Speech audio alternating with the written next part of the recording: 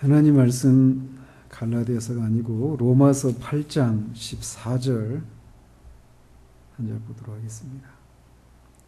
로마서 8장 14절입니다.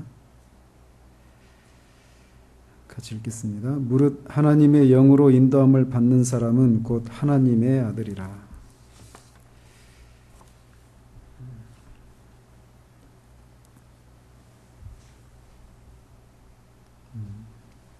왜 갈라디아서를 안 하고 이 로마서를 하는가 물을 수 있는데, 갈라디아서 2장 19절 그 율법에 대해서 죽고 하나님에 대해서 산다라고 하는 개념이 살피면 살필수록 그렇게 만만한 그런 내용이 아니라는 것을, 거기에 우리 신앙의 많은 그런 핵심적인 내용들이 그 짧은 한 구절 속에 들어있고, 준비하면 할수록 더 어디서 꺼내야 될지 모를 정도로 계속 내용이 커져서 좀 더 시간을 두고 해야 될 것 같습니다. 그래서 오늘은 로마서 8장 14절을 가지고 우리 신앙생활에 있어서 아이러니한 부분인데, 하나님의 뜻대로 특별히 성령의 인도하심을 구하면서 살아가려고 하는 데에서 오는 수동적인 신앙의 문제에 대해서 말씀을 드리려고 합니다.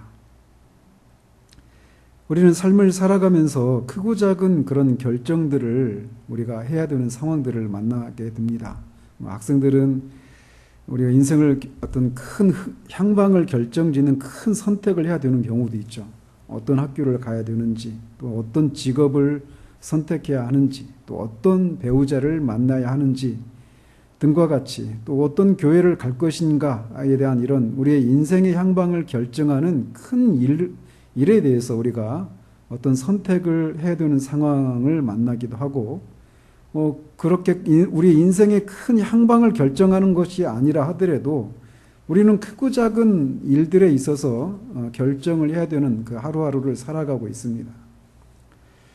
그런데 우리가 그렇게 하나님의 뜻대로 살아가려고 하는 사람들에게서 그렇게 수많은 선택의 상황들을 직면했을 때 가장 먼저 이 상황에서 하나님의 뜻이 어디에 있는가라고 하는 것을 그렇게 구하고, 그렇게 하나님의 성령보다 앞서지 않고 성령의 인도하심을 좇아서 하나님의 뜻을 분별하고자 하는 그런 일들을, 그런 시도들을 합니다.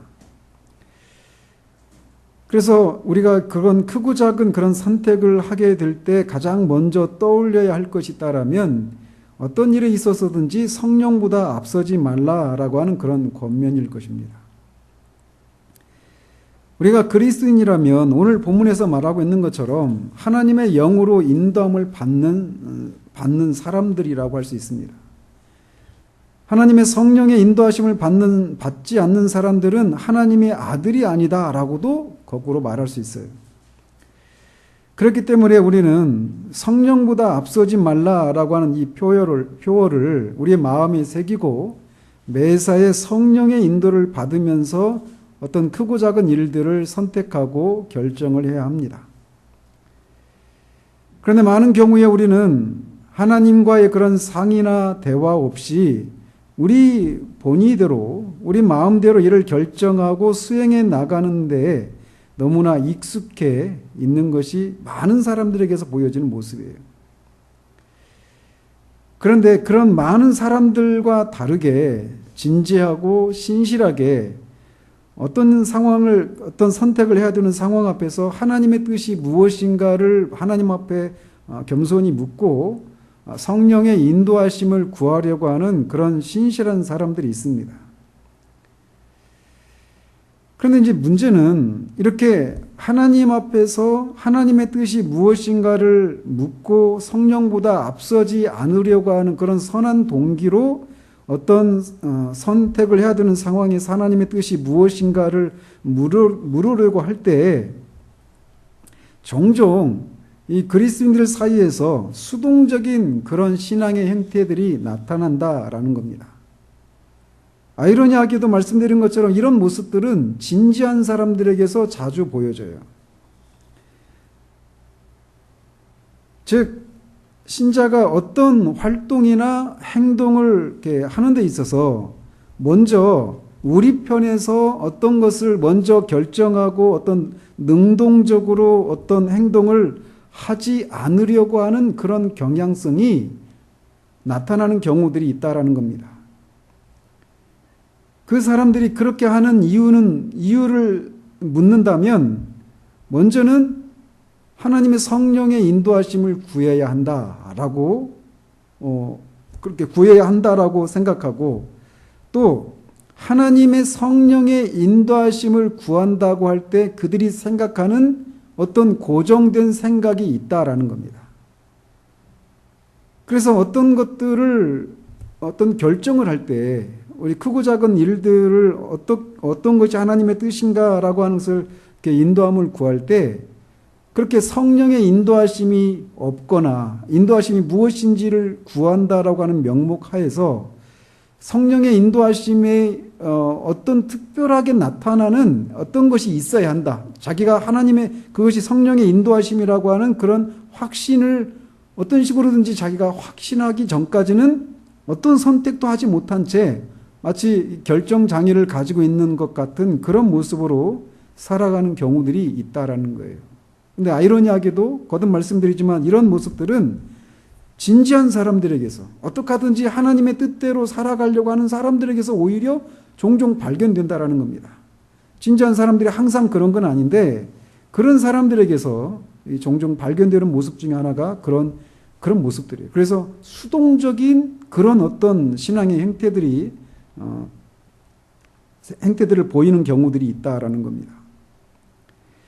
그래서 그렇게 어떤 선택을 하는 데 있어서 능동적으로 결정하고 행동을 하지 못하는, 그래서 겉으로 보여지면 수동적으로 보여지는 사람들이 자신들이 그렇게 하고 있는 이유를 크게 두 가지를 들어서 말을 합니다.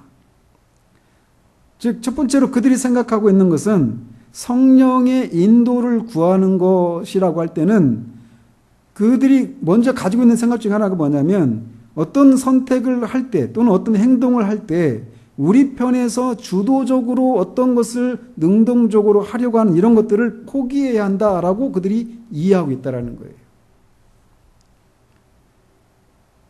즉, 모든 일을 하나님께 맡긴다라고 하는 이런 표현들을 하면서 우리 쪽에서의 어떤 주도권을 가지고 우리가 먼저 능동적으로 어떤 일을 하는 것은 성령의 인도를 구하는 것이 아니다라고 하는 그런 고정된 생각이 하나 있다라는 겁니다. 그래서 우리가 먼저 어떤 선택을 하고 어떤 행동을 할 때는 성령의 인도하심이 성령께서 먼저 어떤 주도권을 가지시고 움직이시는 그런 것이 있어야 된다고 생각하면서 어떤 결정도 하지 못하는 수동적인 모습으로 드러나는 그런 경우들이 있다라는 거예요. 그리고 두 번째는 그들이 성령님이 우리를 인도하신다라고 할 때 그 인도하시는 방식에 있어서 그들에게 어떤 고정된 생각이 있다라는 겁니다. 그게 뭐냐면 성령님이 우리를 인도하신다고 할 때 그 역사하시는 방식은 우리의 일상적인 어떤 방식, 일상적인 범죄의 경험과 구별되는 무엇인가 어떤 특별한 느낌이나 깨달음 혹은 우리의 어떤 심정적으로 어떤 심정적인 어떤 증거들이 수반되어야 한다라고 하는 생각을 가지고 있다는 거예요. 바꿔 말하면 만일 그리스도인에게 어떤 의미심장한 느낌이나 강렬한 어떤 자각 증상이나 일상적이지 않은 우리의 흔한 경험에서 발견되지 않은 일상적이지 않은 어떤 심적인 그런 경험이나 느낌이 없다면 그것은 성령님의 역사가 아니라고 생각하는 이런 경향이 있다는 겁니다. 그래서 이 두 가지, 우리가 먼저 주도적으로 뭔가를 선택하고 어떤 하나님 일을 해나가는 것은 성령의 인도하심을 구하는 게 아니다. 즉 항상 성령님이 먼저 우리의 어떤 상황들을 주도권을 가지시고 이렇게 인도하시는 그런 것이어야만 한다라는 것이고, 또 그렇게 성령께서 먼저 주도권을 가지시고 움직이실 때 그 성령이 우리를 인도하실 때 그것이 성령의 인도하심이라고 하는 것은 우리의 일상적인 그런 경험과는 구별되는 특별한 어떤 무엇인가 우리의 심적인 증거가 나타나는 어떤 강렬한 느낌이나 어떤 인상이 동반되어야만 그게 성령의 인도하심이다라고 하는 이 두 가지 생각이 우리로 하여금 이 두 가지 생각이 어울릴 때 그렇게 수동적인 그런 신앙의 행태들이 나타난다라는 겁니다. 다시 말해서 자신의 마음에 스스로가 인정하는 어떤 주관적인 상태를 자각하고 나서야 비로소 하나님의 뜻이 이것이구나 라고 하면서 또 선택을 하고 어떤 행동을 하게 되는 그런 모습들이 나타난다라는 거예요. 이 두 가지 모습이 같이 결합을 할 때. 그렇다면 성경에서는 항상 하나님 편에서의 어떤 주도적인 개입이 있은 다음에야 하나님의 백성들이 혹은 신자들이 그 뒤를 따라가기만 했는가? 아니면 그것과는 다른 모습도 나타났는가? 즉 인간 편에서 우리 편에서 어떤 주도권을 가지고 어떤 일을 먼저 진행하는 경우들도 있는가? 그게 하나님의 인도하심인 경우에도 말이죠. 그래서 성경을 살펴보면 가장 많이 나오는 그런 패턴이 있다라면 하나님이 먼저 주도권을 가지시고 어떤 인도를 하나님의 백성들을 인도하시는 방식이에요. 대표적인 경우가 있다라면 이스라엘 백성들이 출애굽해서 이스라엘 백성이 그 약속의 땅으로 가는 그 과정 가운데서 그 하나님의 백성들을 인도하시는 방식이 불기둥과 구름기둥으로 그들을 인도하시는 것이었어요. 너무나 명백했습니다. 그래서 그 민수기에 보면 구름이 성막에서 떠오르는 때에는 이스라엘 자손이 곧 행진하였고 구름이 머무는 곳에 이스라엘 자손이 진을 쳤다라고 말합니다. 그래서 구름이 성막 위에 머물러 있는 동안에는 그게 하루든지 한 달이든지 1년이든지 계속 이스라엘 백성들이 거기 머물렀어요. 그리고 그 구름이 성막에서 떠서 움직이면 그때 일어났습니다. 너무 명백하죠.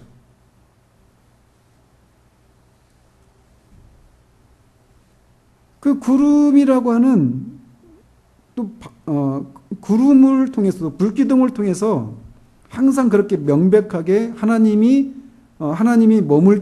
이스라엘 백성들이 머물 때인지 아니면 떠날 때인지가 먼저 그렇게 구름을 통해서 하나님이 보이시고 그걸 따라갔어요. 가장 대표적인 경우가 그거죠.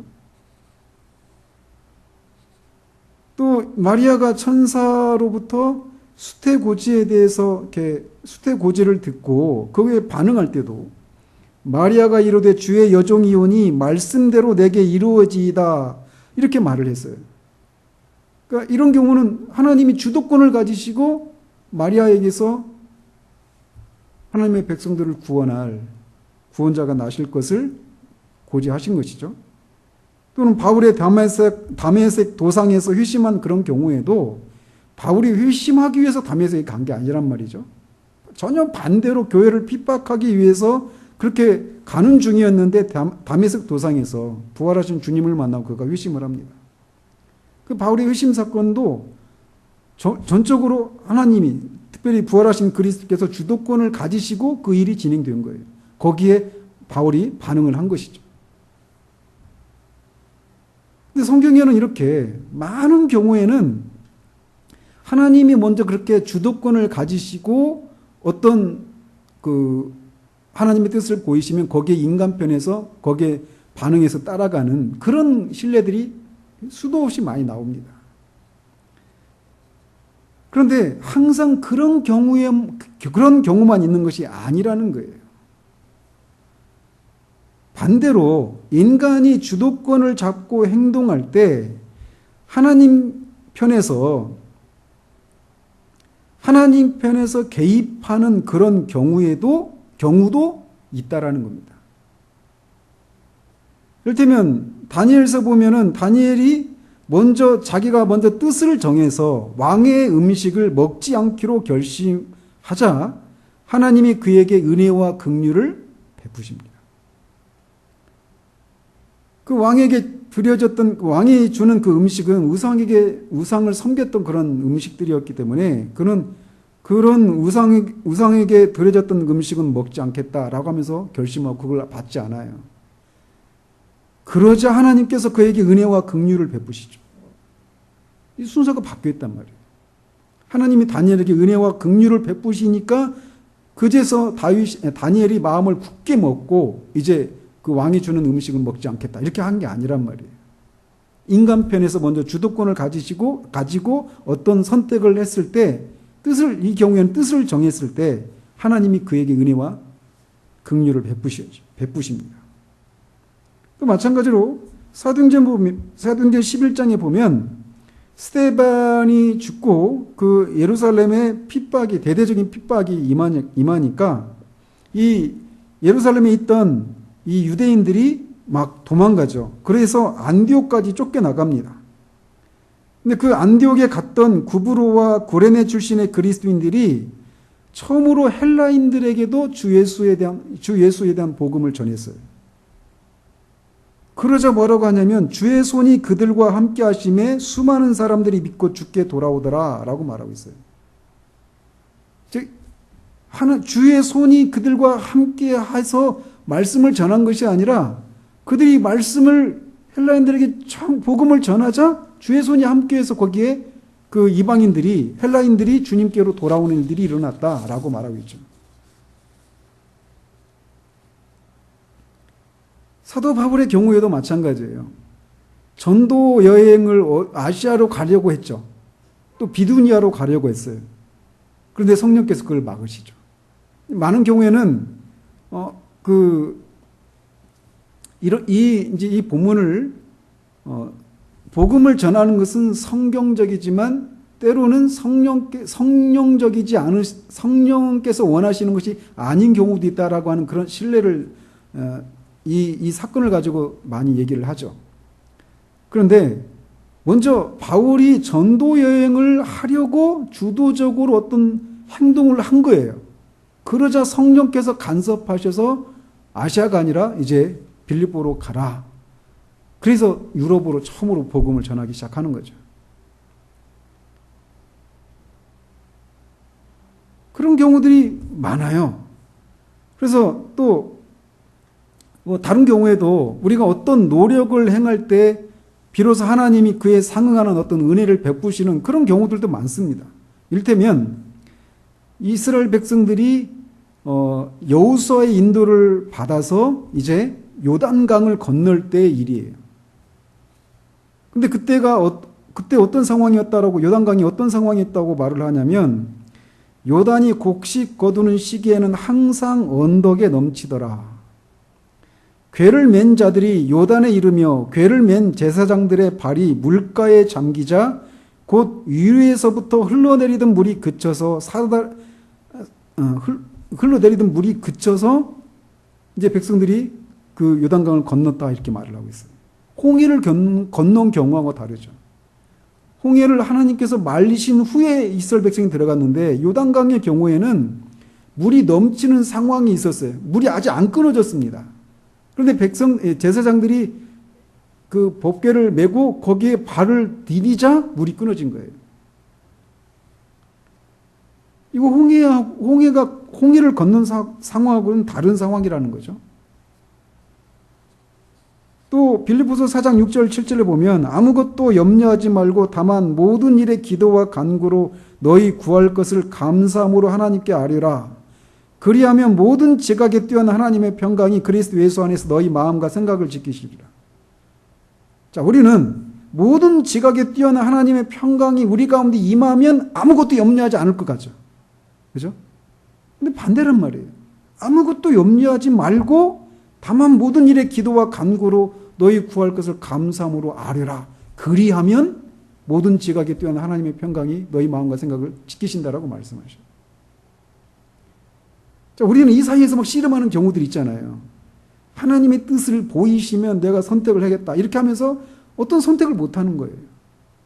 근데 반대 경우도 있다라는 거예요, 이렇게. 또 그 같은 장 9절에 보면 너희는 내게 배우고 받고 듣고 본 바를 행하라. 그리하면 평강의 하나님이 너희와 함께 계시리라. 너무 명확하죠. 바울로부터 보고 듣고 배운 것을 행하라. 그리하면 하나님의 평강이 하나님이 너희와 함께 하실 것이다. 이렇게 말씀하시는 거예요. 우리는 그걸 구하잖아요. 평강이 하나님이 나와 함께 하신다라고 하는 분명한 그런 확신과 사인이 있기 전까지는 내가 배우고 듣고 본 바를 행할 수 없다라고 하는 그런 생각들을 가지고 한 걸음도 나가지 못하는 그런 경우들이 있단 말이에요. 근데 성경은 반대로 얘기하고 있단 말이죠. 또 야고보서 4장 8절에도 하나님을 가까이 하라. 그리하면 너희를 가까이 하시리라. 우리는 하나님이 우리와 가까이 하시면 우리가 하나님과 더 가까이 갈 수 있을 것처럼 생각한단 말이에요. 근데 반대로 얘기하고 있어요. 즉 이렇게 성경은 하나님이 먼저 주도권을 가지시고 그 하나님의 뜻을 보이고 하나님의 인도하심을 보이실 때 거기에 인간편에서 반응하는 이런 모습도 있어요. 그렇게 하나님의 백성을 인도하시는 방법도 있는가 하면 반대로 인간편에서 먼저 주도권을 가지고 어떤 선택과 어떤 행동을 하면 거기에 하나님의 개입하심이나 은혜가 임하는 그런 경우들도 있다라는 거예요. 두 가지 경우 다 하나님의 인도하심이라는 거죠. 그래서 이런 것을 볼 때 말씀드린 것처럼 꼭 어떤 하나님이 주도권을 가지시고 인도하시는 것만이 성령의 인도하심이 아니다라고 볼 수 있다는 말이죠. 그 반대의 경우도 하나님의 인도하심일 수 있다라는 거예요. 자, 이렇게 성령의 인도하심을 구하려고 하면서 사람들이 첫 번째 빠지는 함정이 하나님이 먼저 그렇게 주도적으로 하나님의 뜻을 보이시고 어떤 선택이나 어떤 행동을 할 수 있는 어떤 환경이나 이런 것을 열어주기 전까지는 그 하나님의 뜻이 아니다. 그것은 그런 방식이 아니면 하나님의 인도하심이 아니다라고 하는 생각이 잘못되어 있다라고 하는 것을 먼저 우리가 알아야 한다는 거예요. 그리고 또 하나 앞에서도 말씀드린 것처럼 그렇게 하나님이 성령께서 우리를 인도하신다라고 할 때 그 성령의 인도하심에는 우리가 일상적으로 경험하지 못하는 어떤 특별한 어떤 강렬한 느낌이나 어떤 심적인 그런 증거들이 우리 가운데 있어야만 그것이 바로 하나님의 성령이 인도하시는 것이 표지다. 이렇게 생각하고 그것이 임할 때까지 아무것도 못하는 그런 경우도 있다라는 거예요. 그래서 신앙이 굉장히 수동적인 그런 모습들이 나타난다는 겁니다. 그러면 이 일에 있어서도 우리가 무엇인가를 자각하는 것을 통해 하나님의 성령께서 무엇인가 우리에게 깨닫게 하시고 우리를 인도하시는 경우가 있다라는 겁니다. 또 반대로 그런 것이 없음에도 불구하고 하나님의 뜻이라고 말할 수 있는 경우들도 있는가 한번 살펴보자는 겁니다. 먼저 이 성령께서 우리에게 역사하신다라고 하는 그런 것을 우리가 자각할 수 있는 그런 방식으로 어떤 역사가 나타나는 신뢰들이 있는가? 많이 있습니다. 그러다 보니까 그것만 이제 하나님의 성령이 인도하시는 방식이다라고 생각하는 거예요. 그렇게 생각할 정도로 많이 있어요. 이를테면 엠마오로 가던 두 제자가 주님이 말씀을 풀어주실 때 그들의 마음이 뜨거워졌어요. 우리는 그걸 구하잖아요. 우리 마음이 뜨거워지기를. 그죠? 그런 일도 있다는 겁니다. 그리고 특별히 사도행전에 보면 성령의 역사가 나타날 때 그런 어떤 자각할 수 있는 그런 방식으로 성령의 인도하심이 분명하게 나타나는 신뢰들이 정말 많이 나타납니다. 이를테면 사도행전 2장에 보면 호련히 하늘로부터 급하고 강한 바람 같은 소리가 있어 그들이 앉은 온 집에 가득하여 마치 불의 혀처럼 갈라지는 것들이 그들에게 보여 각 사람 위에 하나씩 임하였고 그들이 다 성령의 충만을 받아서 각 나라 말로 하나님의 큰 일을 말하기 시작했다라고 말하고 있어요. 우리는 그걸 구하잖아요. 성령의 충만함을 구할 때 그렇게 막 불의 혀처럼 보이는 그런 강렬한 어떤 강한 바람과 같은 불의 혀 같은 그런 어떤 우리가 느끼고 보고 할 수 있는 어떤 그런 것으로 강렬한 어떤 어떤 느낌이나 어떤 그런 경험들을 우리가 구해요. 그럼 종종 그런 기도하죠. 그런 체험들을 얘기하죠. 불이 나한테 다가왔다. 제가 아는 분도 그런 말씀 하십니다. 그런 경우 있어요. 또 뒤에 보면 빌기를 다함에 모인 곳이 진동하더니 무리가 다 성령에 충만하여 담대히 하나님의 말씀을 전하니라. 이 교회가 핍박을 받으니까 교회가 막 그렇게 그 하나님 그 부활하신 예수 그리스도에 대한 말씀을 전하지 말라고 하니까 이제 그런 말씀을 듣고 다시 이렇게 풀려났을 때 그렇게 기도하니까 막 진동을 하는 거예요. 우리가 기도할 때 그런 일이 일어나서 우리 기도를 하나님이 들으셨다라고 하는 것을 확신케 한다면 얼마나 우리가 큰 그런 확신을 가지고 우리가 어떤 기도하려고 하는 것 또는 우리가 추진하려고 하는 것들을 얼마나 확신 있게 또 힘 있게 진행할 수 있을까요? 그런 식으로 일하시는 경우도 있어요. 또 뒤에 그 7장에 보면 스데반이 성령 충만하여 하늘을 우러러 주목하여 하나님의 영광과 및 예수께서 하나님 우편에 서신 것을 보고 말하되 보라 하늘이 열리고 인자가 하나님 우편에 서신 것을 보느라.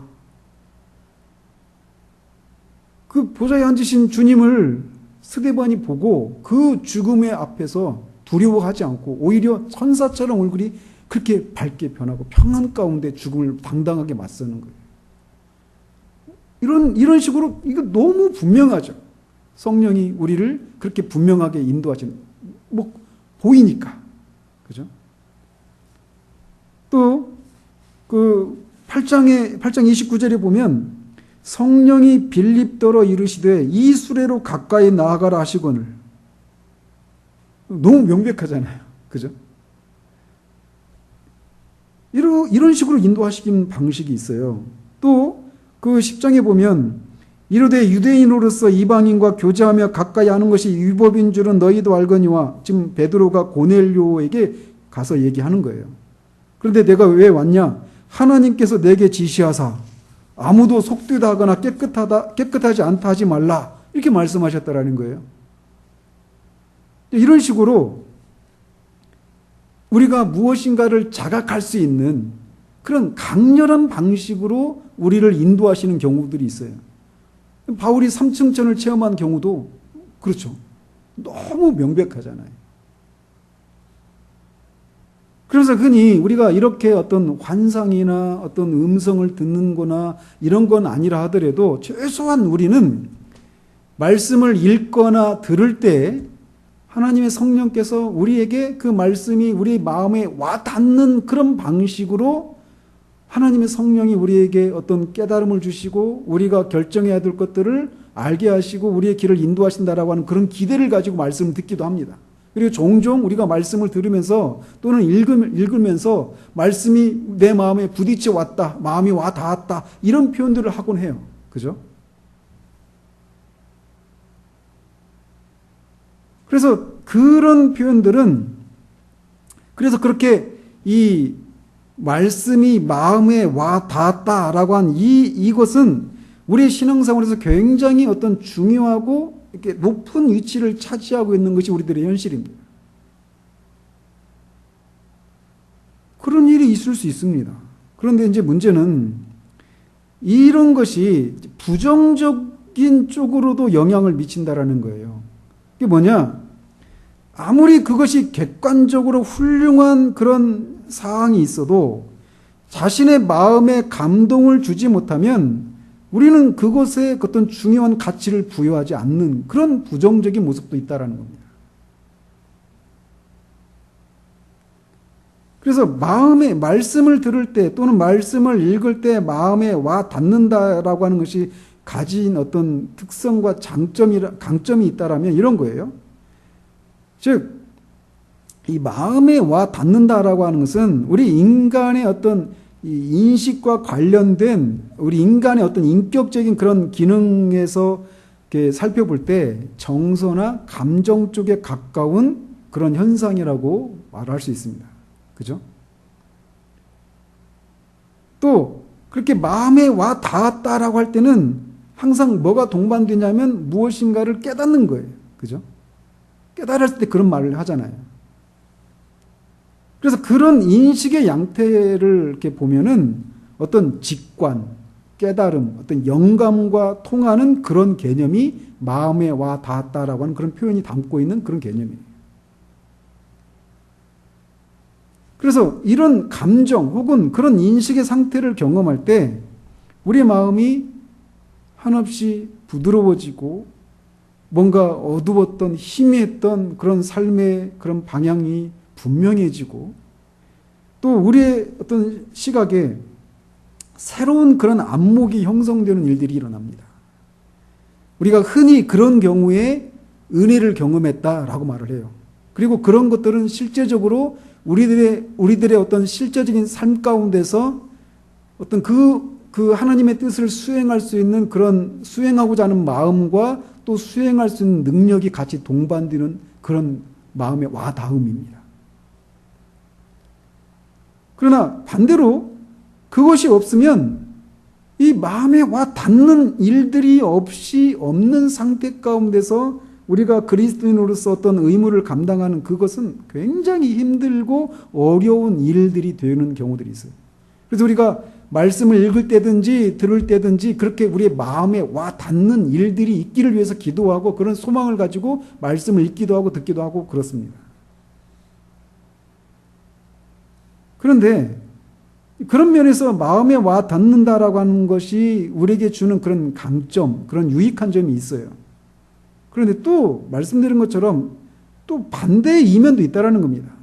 마음에 와 닿는 것을 추구하는 것에서 오는 그런 한계와 마음에 와 닿는 것이 가지고 있는 그런 한계와 약점이 있다라는 겁니다. 왜냐하면 첫 번째로 하는 거 뭐냐면 이 경험은 대부분 오래 가지 않는다는 거예요. 우리가 이미 경험해서 아는 것처럼 이런 비상한 경험은 한순간에 강렬하게 찾아왔다가 언제 그랬냐는 듯이 우리의 기억 속에서 사라집니다. 그래서 그런 마음에 와 닿는 그런 체험을 할 때 우리가 마음이 뜨거워지고 막 쏟았던 눈물들은 시간이 지나면 눈물도 잦아들고 우리의 감동도 바닥을 치고 그 마음에 와 닿는 그런 것을 통해서 우리가 어떤 황홀함을 크고 작은 그런 크고 작게 경험했던 그런 황홀함 이런 도취감들은 우리에게 낯선 기억으로 곧 사라진다라는 거예요. 한번 보십시오. 제가 주일날에도 여러분들 중에 어떤 분들은 말씀을 들으면서 또는 뭐 예배를 가운데 기도 가운데든지 찬양 가운데서든지 이렇게 마음에 와 닿는 그 무엇이 있었던 것을 제가 기억해요. 근데 그게 지금 3일이 지났는데 벌써 이런 것들이 먼 옛날 같은 그런 느낌들이 있잖아요. 오래 가지 않는단 말이에요. 그래서 그렇게 마음에 와 닿는 순간 우리가 알았던 그런 깨달음들 이런 것들이 시간이 지나면 그게 의구심과 회의에 빠지게 되는 그런 경우들도 있다라는 거예요. 더 나아가서는 그게 정말 내가 성령께서 정말 나한테 그렇게 깨닫게 하신 것인가라고 하는 그런 회의에 빠지기도 해요.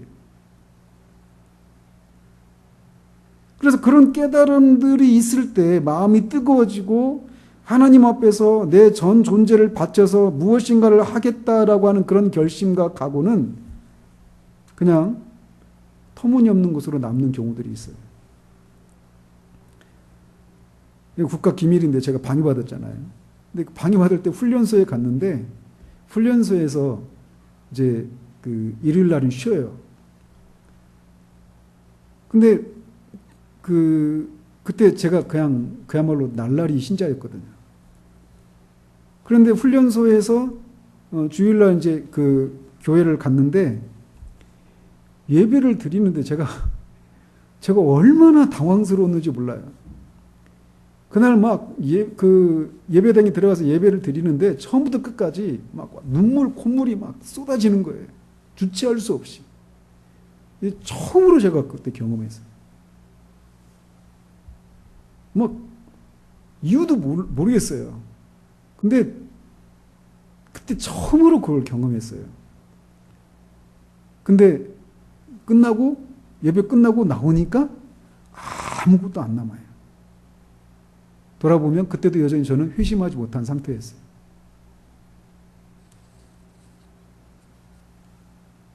아무튼 이렇게 마음에 와 닿는 그런 체험과 함께 동반되는 그런 체험의 그 강렬함들은 지속적이지 않고 순간적이라는 거예요.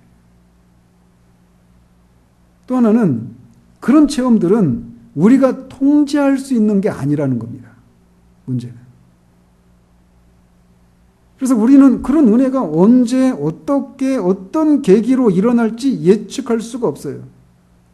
그리고 이것을 아무리 평생 누리고 싶어도 그것은 우리의 통제를 벗어나는 것이 우리의 현실이라는 겁니다. 그래서 이렇게 어떤 우리가 이 성령께서 우리를 인도하실 때 성령이 주시는 그런 인도하시는 그런 역사 가운데서 우리가 경험할 수 있는 그런 경우가 있는가 하면 아닌 경우도 있어요. 그런데 이제 문제는 이제 그러다 보니까 어떤 사람들은 이제 이렇게 먼저는 성령께서 우리가 무엇인가를 자각할 수 있는 그런 방식으로 우리를 인도하시는 경우들이 성경에 그런 경우들이 있어요. 많은 경우에 그런 게 있습니다. 근데 또 다른 경우도 있다라는 거예요. 뭐냐? 그것을 자각하지 못했는데도 성령의 인도하시는 경우들이 있다라는 겁니다. 이를테면 사도행전 12장에 보면 그 베드로가 감옥에 갇혀 있습니다. 그런데 감옥에 갇혀 있는 베드로를 위해서 교회가 기도해요. 그 기도가 간절한 기도였어요. 그런데 그들은 기도하는 중에 하나님께서 자기들의 기도에 응답하신다라고 하는 어떤 특별한 확증을 가지지 못했습니다. 심지어 천사의 인도를 통해서 그렇게 베드로가 나왔는데 그 로데라는 여자애가 나와서 베드로를 보고 베드로가 나왔다 하니까 믿질 않았어요. 즉 그들은 기도할 때 하나님이 자신의 그 기도에 응답하신다라고 하는 그런 느낌이 없었어요. 확증은 없었습니다. 그런데도 하나님의 역사는 진행 중이었죠. 그리고 베드로는 감옥에서 나왔고 교회에 찾아왔어요.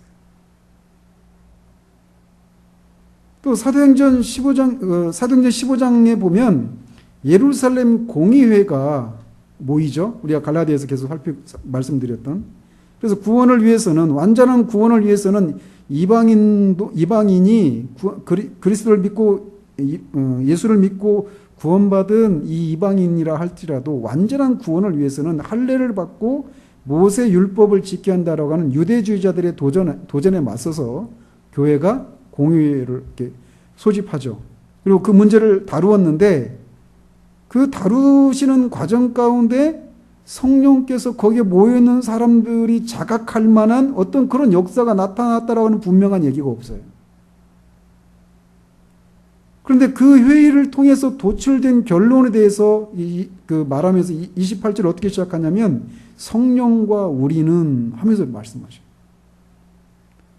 분명히 그들이 거기에 모여있는 사람들이 성령의 그런 앞에서 언급해드린 그런 성령 기도할 때 막 그 땅이 흔들리고 집이 흔들리고 막 어떤 불의 혀 같은 것들이 보이고 막 이런 자각할 만한 그런 현상이 없었음에도 불구하고 성령과 우리가 그 결론에 도달했다라고 하는 얘기를 한단 말이에요. 느낌이 없었어요. 자각할 수 있는 그런 느낌이. 또 결혼에 대해서 권면하고 있는 바울이 고린도전서 7장에서 이제 결혼에 대해서 권면하고 있는데 이렇게 권면하고 있어요. 결혼한 자들에게 내가 명하노니 명하는 자는 내가 아니요 주시라. 여자는 남편에게서 갈라서지 말고 이렇게 말을 해요.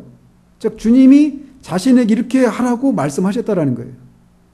그러면서 12절에서 뭐라고 말을 하냐면 그 나머지 사람들에게 내가 말하노니 이는 주의 명령이 아니라. 그럼 누구의 명령이에요? 자기의 권면이죠. 그죠? 그러니까 이 일에 대해서는 주님으로부터 자기가 어떤 명령을 받지 않았다라고 얘기하는 거예요. 그러면서 자기가 명령하노니, 자기가 권면하노니 이렇게 하면서 주님의 명령과 자신의 권면을 구별하고 있어요. 물론 이 구절을 통해서 우리는 이렇게 주님이 직접 바울에게 어떤 사안에 대해서 이렇게 하라고 명령해 주시지 않은 것을 사도가 그 주님의 다른 뜻들을 가지고 분별해서 이렇게 자신의 뜻이 이거다라고 이렇게 말하고 있는데도, 이 말하고 있는 것을 통해서 성령께서 정말 그를 이렇게 감동하셨구나, 영감하셨구나라고 하는 것을 이렇게 이 구절을 통해 우리가 알 수 있는 구절이거든요. 그런데 분명한 것은 그렇게 권면을 하고 있을 때 이 사도에게 어떤 주님이 그에게 명령하셨을 때 그의 심정이 있었을 어떤 그런 자각이나 음성이나 이런 게 없었음에도 불구하고 이것이 주님이 직접 명령한 것은 아니지만, 그래서 내가 명령한 것이지만 그럼에도 불구하고 이게 하나님의 뜻이다라고 말하고 있단 말이에요. 즉 이런 신뢰들은 이렇게 우리의 심정적인 어떤 자각이 없어도 성령께서 역사하신다라고 하는 것을 우리에게 입증해 준다라는 겁니다.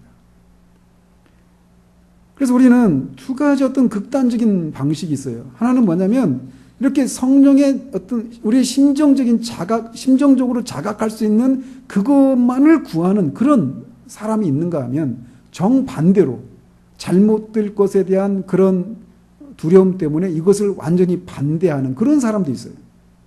그러나 성경은 두 가지를 다 말하고 있다는 겁니다. 그리고 2000년 전에 성경을 통해 성령 역사하심을 계시해 주신 성령님은 지금도 변함이 없으시기 때문에 동일한 방식으로 일하셔요.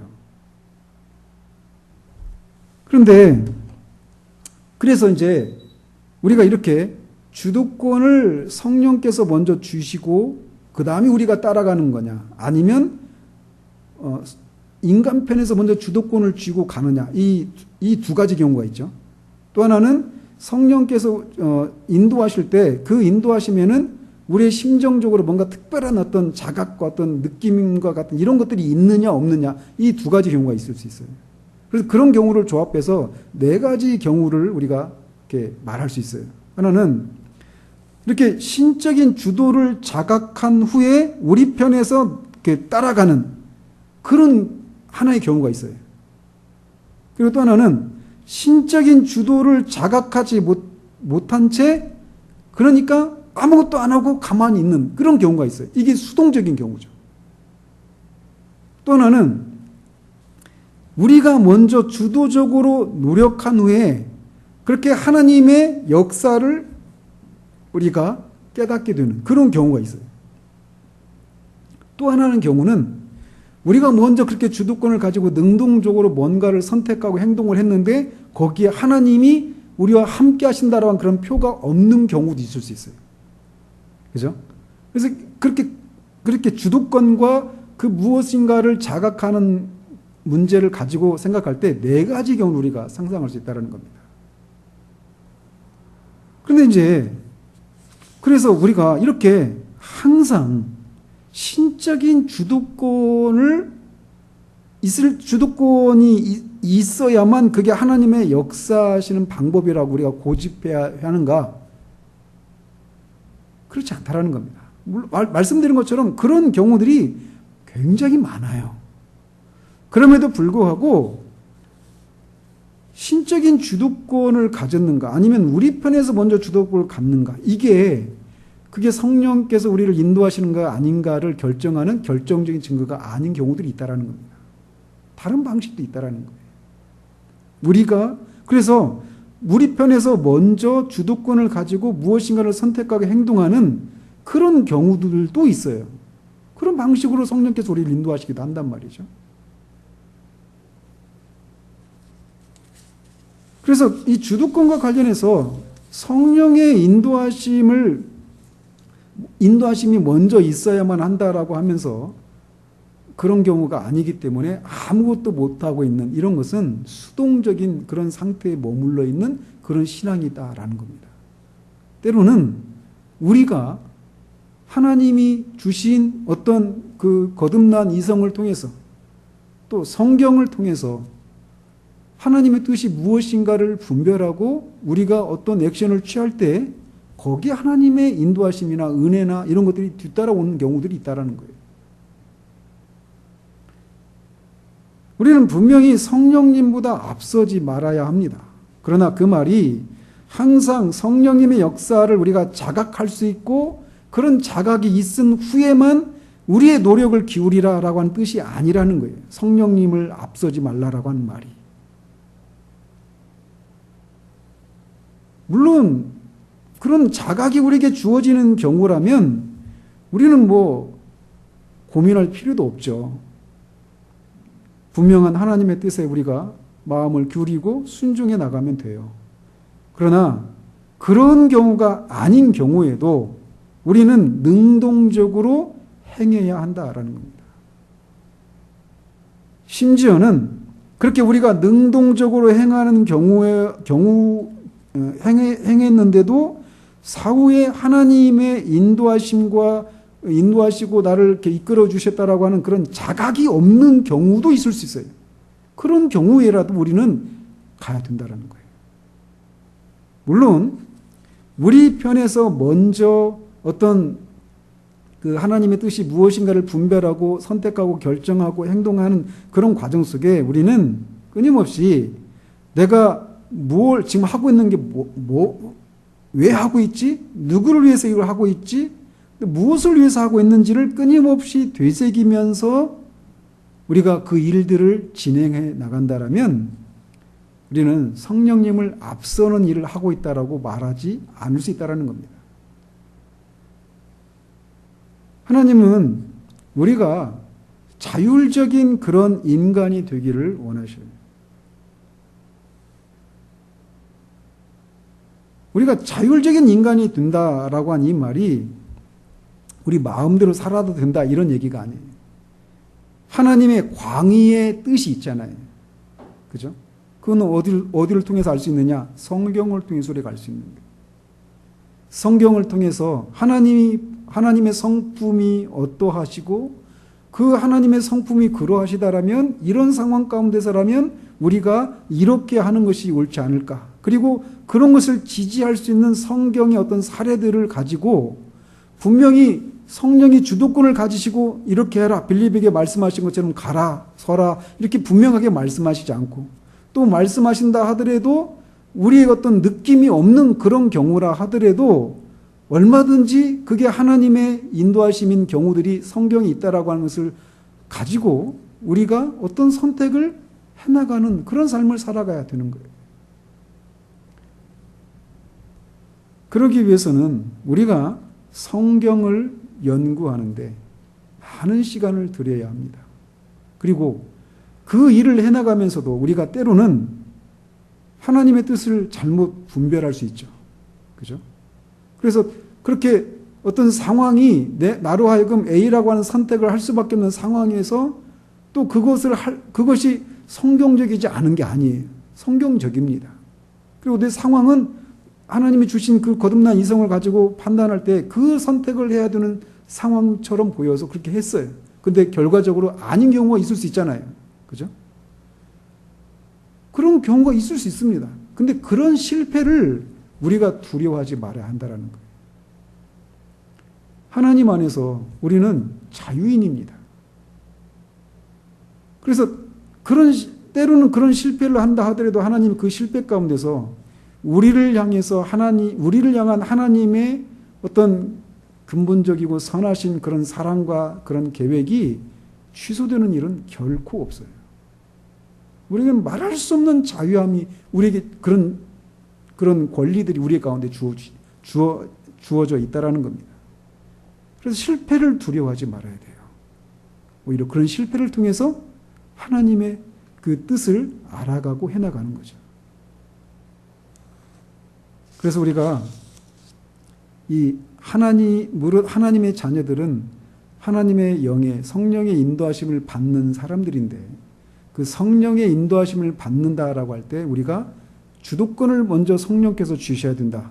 또는 성령이 인도하실 때 어떤 신적인 어떤 느낌들, 마음에 와닿는 것들, 어떤 심적인 정서 이런 것들이 있어야만 하나님의 뜻을 구한다라고 하면서 우리 많은 날들을 허비하고 낭비하는 그런 우를 범하지 말아야 됩니다. 하나님이 주신 그런 자유함으로 성경을 통해 우리에게 밝혀주신 그런 사례들과 그런 거듭난 이성을 가지고 하나님의 뜻이 무엇인가를 우리가 분별하고 그렇게 우리가 먼저 어떤 선택을 하고 우리의 발걸음을 뗄 때 거기에 하나님의 인도하심이 있을 수 있어요. 그런 방식으로도 우리 하나님이 우리를 인도하신다라는 것.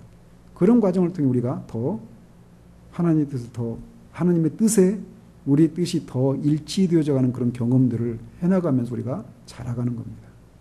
기도하겠습니다. 하나님 아버지, 하나님이 주신 그런 마음을 좇아서 우리가 하나님의 뜻을 분별하고 우리 안에 계신 성령의 인도하심을 구하면서 살아가려고 하는 그런 일들이 우리 가운데 있습니다. 그 일은 참으로 선한 일이고 그런 권리가 우리 가운데 있다라고 하는 것이 얼마나 큰 은혜인지요.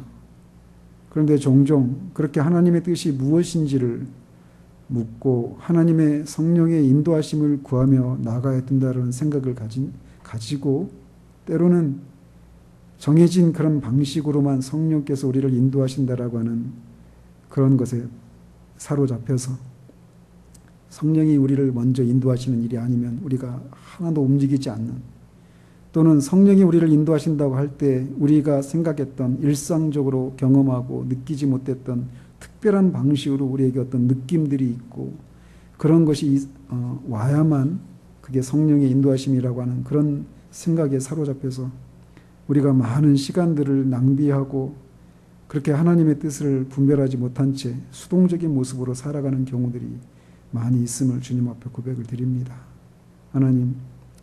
하나님이 우리에게 주신 그 자유함들을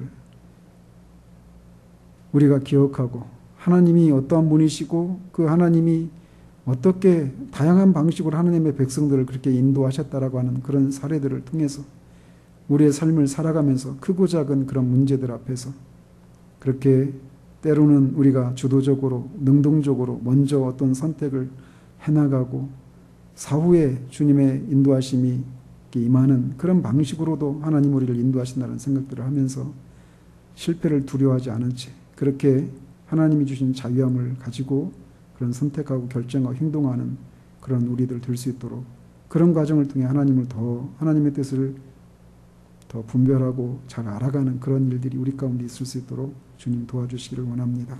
예수 그리스도 이름으로 기도합니다. 아멘.